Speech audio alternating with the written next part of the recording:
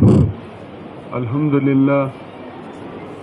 للہ کفا وسلام علی عبادہ الذین اصطفیٰ اما بعد فقد قال اللہ تبارک و تعالی فی القرآن المجید والفرقان الحمید اعوذ باللہ من الشیطان الرجیم بسم اللہ الرحمن الرحیم ان اللہ لا یغیر ما بقوم حتی یغیروا ما بانفسہم۔ حضرات اکابر علماء کرام، خصوصیت کے ساتھ جمعیت علماء تلنگانہ کے صدر حضرت مولانا سید احسان الدین صاحب مدد اللہ العالی، اور ہمارے معزز مہمان جامعہ اسلامیہ اشاعت العلوم اکل کوا کے شیخ الحدیث حضرت مولانا فاروق مدنی صاحب، اور اسی طریقے سے جمعیت علماء وقار آباد کے ذمہ داران، اور ہمارے مولانا شریف صاحب گلبرگہ، حضرت مولانا قاری شمس الحق صاحب اجیر، اکابر علماء اکرام، بزرگوں، دوستوں اور ساتھیوں، اس وقت آپ حضرات بہت دیر سے یہاں بیٹھے ہیں۔ بیان تو آپ کو حضرت مولانا کا سننا ہے اور بہت تفصیل سے حضرت کی بات آپ کو سننا ہے۔ ہمارے ساتھیوں نے جمعیت علماء کی خدمات اور جمعیت علماء کی غرض و غایت اس عنوان پر مختصر سی بات کرنے کا حکم دیا ہے، کیونکہ وقت زیادہ ہو رہا ہے۔ اور میرے عزیز دوستوں، جمعیت علماء کے خدمات آزادی سے پہلے الگ، کہ مائک والے تھوڑا مائک کے ساتھی جو ہیں ہمارے، وہ آواز کم کیجیے۔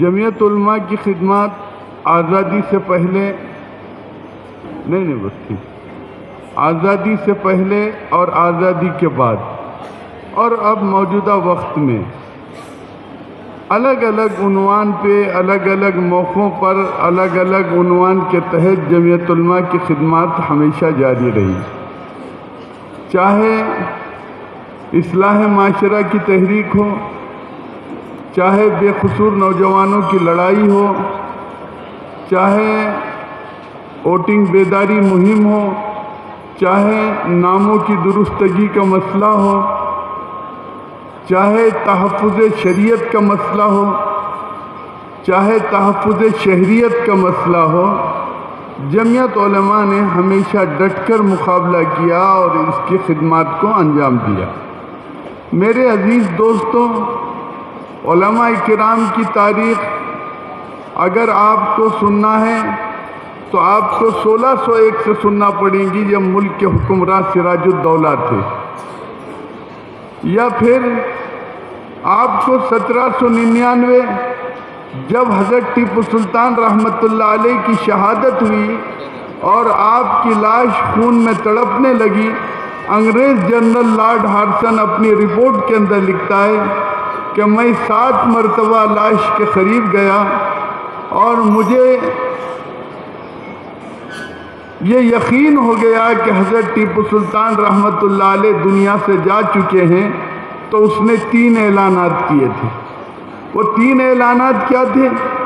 نمبر 1 خلقت خدا کی، نمبر 2 حکم کمپنی بہادر کا، نہیں تو آپ آواز کم کر دیجیے، آپ کا مجھے اس کا جو ورڈ ہے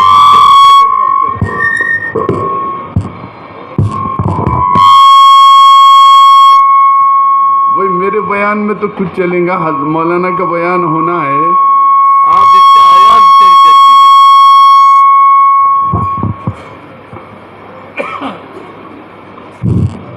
حضرت ٹیپو سلطان رحمت اللہ علیہ کے انتقال کے بعد 3 اعلانات کیے تھے۔ نمبر 1 خلقت خدا کی، نمبر 2 حکم کمپنی بہادر کا، اور نمبر 3 ملک بادشاہ سلامت کا۔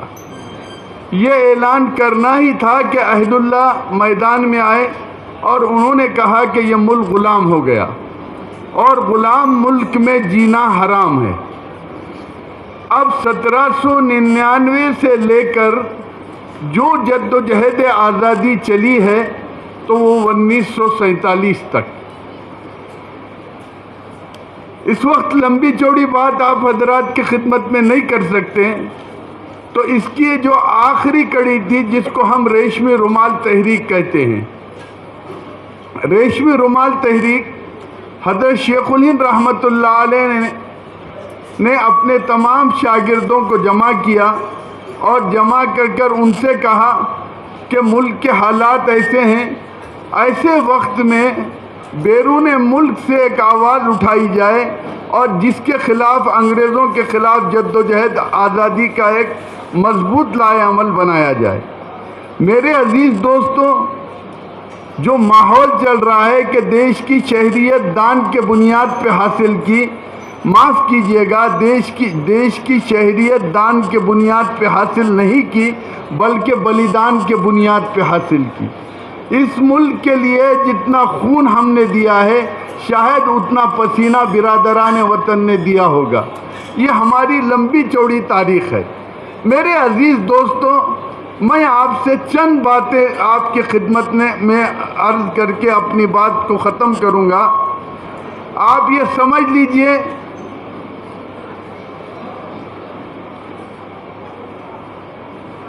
کہ انگریز نے جو ظلم کرنا تھا وہ ظلم کیا، لیکن ایک وقت یہ آیا کہ یہ ملک آزاد ہوا۔ انگریز شاطر قوم تھی، انگریز نے جاتے جاتے لڑائی لگا کے چلے گئی۔ ایک طرف ملک کی آزادی کی خوشی تھی تو دوسری طرف ملک کی تقسیم کا غم تھا۔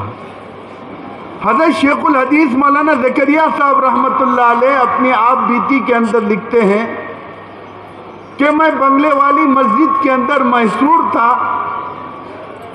اچانک شیخ العربی والعجم شیخ الاسلام حضرت مولانا حسین احمد مدنی رحمۃ اللہ علیہ بنگلے والی مسجد آئے اور انہوں نے حضرت سے مشورہ کیا، اور جب جانے لگے تو جاتے جاتے یہ کہا کہ مولانا زکریا کیا کر رہے ہو؟ تو حضرت مولانا زکریا صاحب رحمۃ اللہ علیہ نے کہا حضرت یہی ہوں مسجد میں۔ کہا چلو جاؤ سامان لے کے آؤ۔ حضرت شیخ اپنی آپ بیتی کے اندر لکھتے ہیں میں حضرت کے پاس گیا اور جا کے یہ کہا کہ حضرت یہ کہہ رہے ہیں کہ سامان لے کے آؤ۔ تو حضرت جی نے کہا کہ تم مجھے پوچھنے کے لیے کیوں آئے، فوری چلے جاؤ۔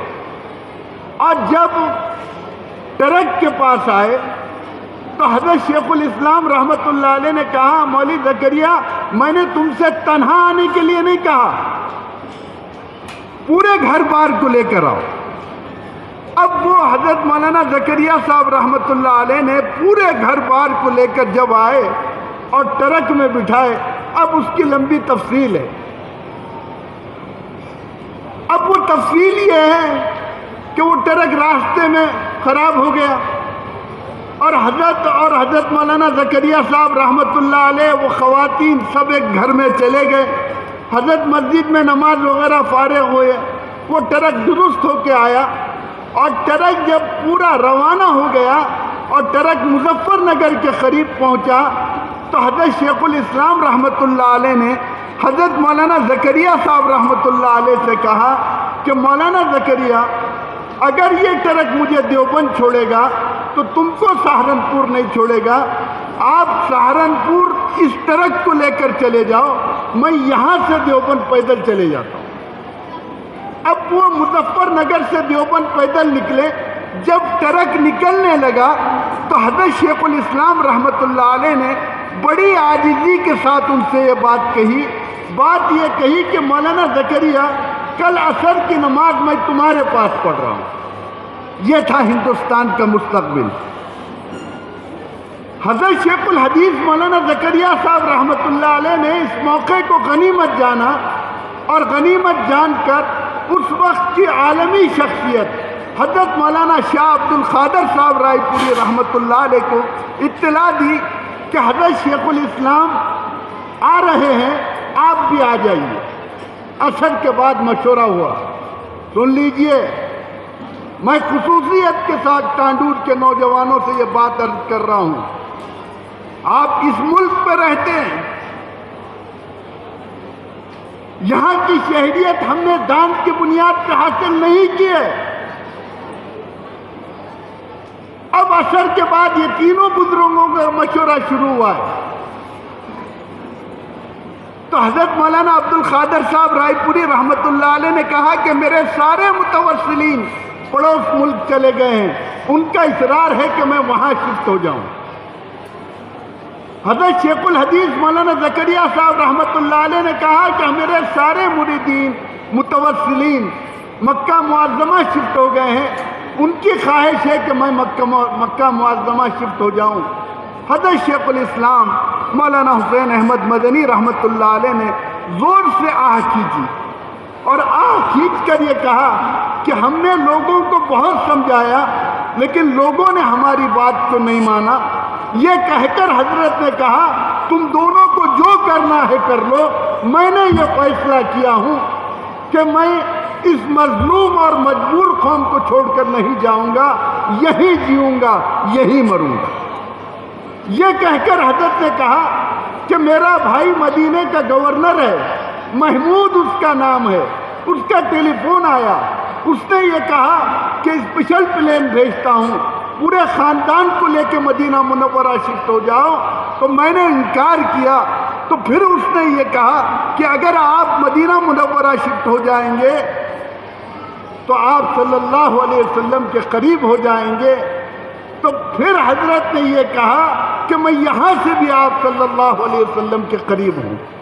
میرے عزیز دوستو، یہ فیصلہ کرنا ہی تھا کہ سارے ملک میں ایک شہرہ مچ گیا کیا ہے کہ اسی ملک میں جینا ہے اور اسی ملک میں مرنا ہے۔ یہ فیصلہ نہیں کیا تھا۔ یاد رکھیے، جمعیت علماء کا جو احسان ہے، اس احسان کو دنیا کی کوئی تاریخ فراموش نہیں کر سکتی۔ حضرت مفکر اسلام حضرت مولانا ابو الحسن علی ندوی رحمۃ اللہ علیہ اس کے مقدمے کے اندر لکھتے ہیں کہ ہندوستان میں جتنی تحریکات چلے گی، چاہے دعوت اور تبلیغ کی تحریک ہو، چاہے مدارس کی تحریک ہو، چاہے خانقاہ کی تحریک ہو، چاہے جمعیت کی تحریک ہو، اس کا ثواب سب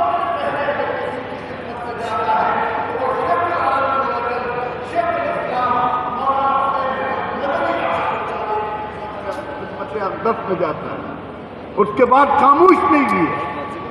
حضرت مولانا زکریا صاحب واگا بارڈر پر بیٹھ گئے، حضرت مولانا عبد القادر صاحب ایک بارڈر پر بیٹھ گئے، اور مولانا مدنی ملک کے کونے کونے میں سفر کیا، اور اس کے آپ کے حیدرآباد کے دکن میں اور نمائش میدان کے گراؤنڈ میں 1951 کے اندر حضرت شیخ الاسلام رحمۃ اللہ علیہ نے پنڈت جواہر لال نہرو، سردار ولبھ بھائی پٹیل اور پنڈت سندر لال کی موجودگی میں تقریر کرتے ہوئے کہا تھا کہ اگر اس ملک میں پنڈت نہرو کو جینے کا حق ہے تو اس سے زیادہ جینے کا حق حسین احمد کو ہے۔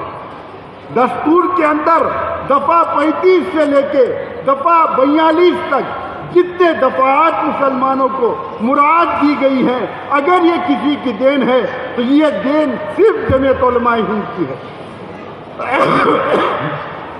میرے عزیز دوستو، میری آپ سے درخواست ہے، ایک تو یہ مائک ساتھ نہیں دے رہا، آواز کھینچ رہا ہے، اور وقت ایک اتنا زیادہ ہو چکا ہے، آپ کو حضرت مولانا سے بات کرنا سننا ہے۔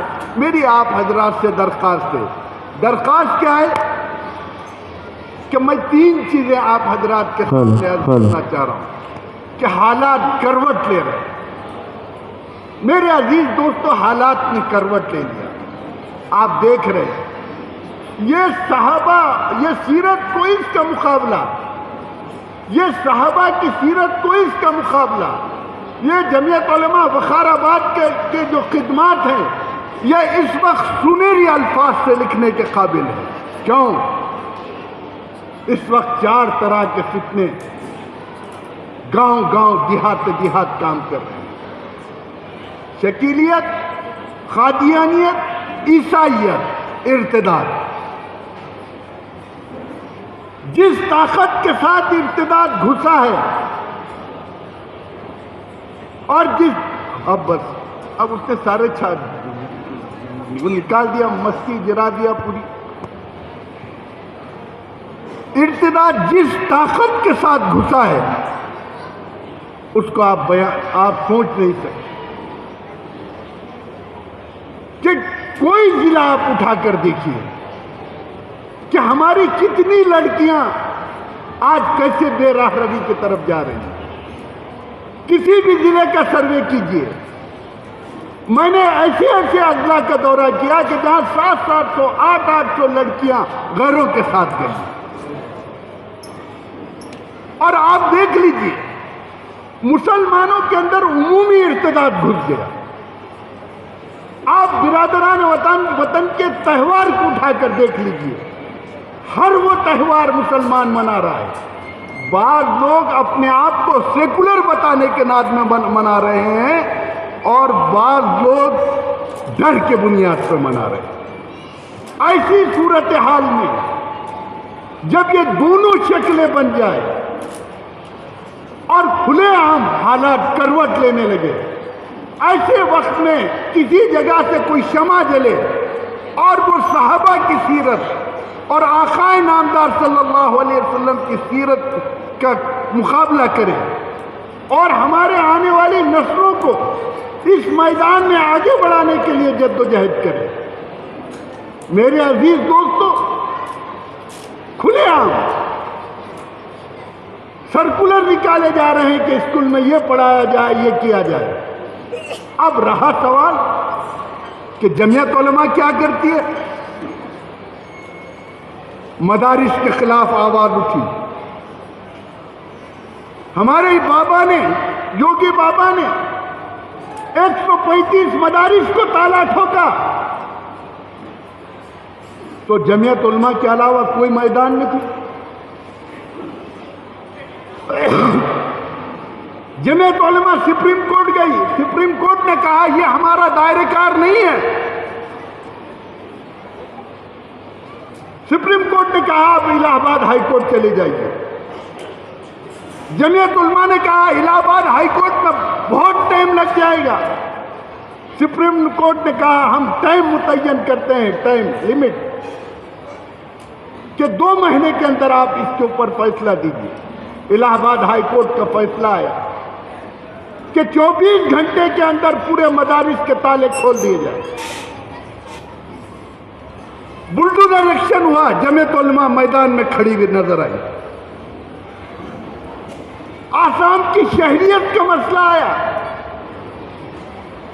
1000 سے زائد مکان آسام کے چیف منسٹر نے بلڈوزر چلا دیا اور یہ اعلان کیا کہ اگر محمود مدنی مجھے مل جائے یا تو میں جیل بھیج دوں گا یا بنگلہ دیش بھیج دوں گا۔ مولانا انگلینڈ میں تھے، انگلینڈ سے دلی آئے اور آسام گئے، گوہاٹی میں بیٹھ کر کہا ہیمنتو وشو شرما جی میں آپ کے گوہاٹی میں آ گیا ہوں۔ جمعیت علماء نے کبھی پیٹھ پہ وار نہیں کھایا، چھاتی پہ وار کھایا، یاد رکھیں۔ اسی طریقے سے تحفظ شہریت کا مسئلہ چل رہا ہے، جمعیت علماء ڈٹ کر مقابلے میں میدان میں۔ میرے عزیز دوستو، میری آپ حضرات سے مؤدبانہ اپیل، مجھے بڑی خوشی ہوئی کہ جمعیت علماء وقار آباد ضلع میں 400 عبادت گاہیں ہیں اور سب کے سب ریکارڈ درست ہے۔ میں جمعیت علماء وقار آباد کو مبارکباد پیش کرتا ہوں کہ جس منظم انداز میں انہوں نے کام کیا، ورنہ آج یہ صورتحال ہماری بن گئی۔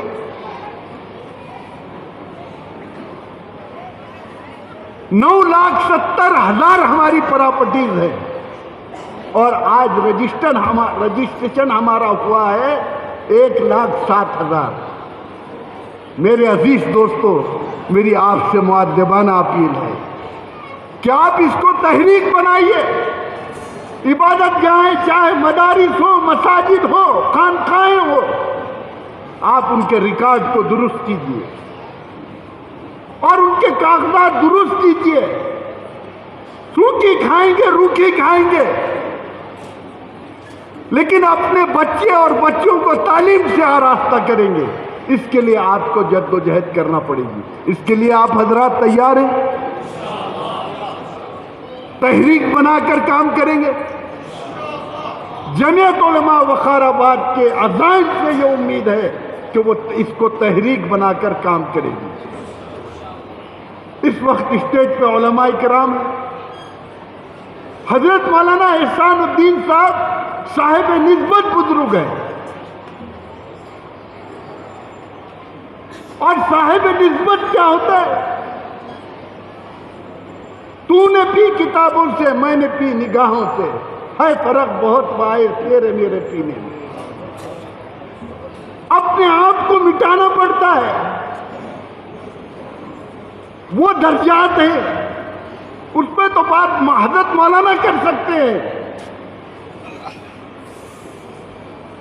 جب وہ کوئی مرید اپنے آپ کو اپنے شیخ کے حوالے غسال کی طرح کرتا ہے تو اس کا پہلا سبق ہوتا ہے عالم ناسوت، دوسرا سبق ہوتا ہے عالم ملکوت، تیسرا سبق ہوتا ہے عالم لاہوت، عالم جبروت، چوتھا سبق ہوتا ہے عالم لاہوت۔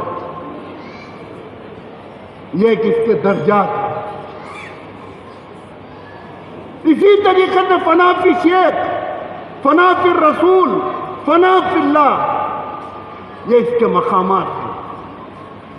اور یہ باطنی قوت جمعیت علماء کے اکابرین میں ہمیشہ یہ خصوصیت رہی کہ رات کو دن میں سپہ سالار رہے اور رات کو اللہ کے سامنے گڑ گڑانے والے رہے۔ میرے عزیز دوستو، آج اسٹیج پر یہ اکابرین موجود ہیں۔ میں ایک جمعیت علماء مہاراشٹر کا خادم ہونے کے ناطے آپ سے یہ اپیل کر رہا ہوں کہ آپ اس کو تحریک بنائیں گے اور تحریک بنا کر کام کریں گے۔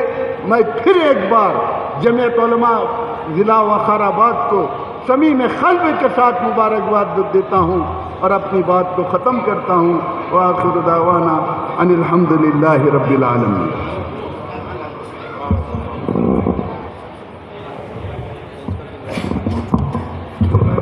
خراب ہوا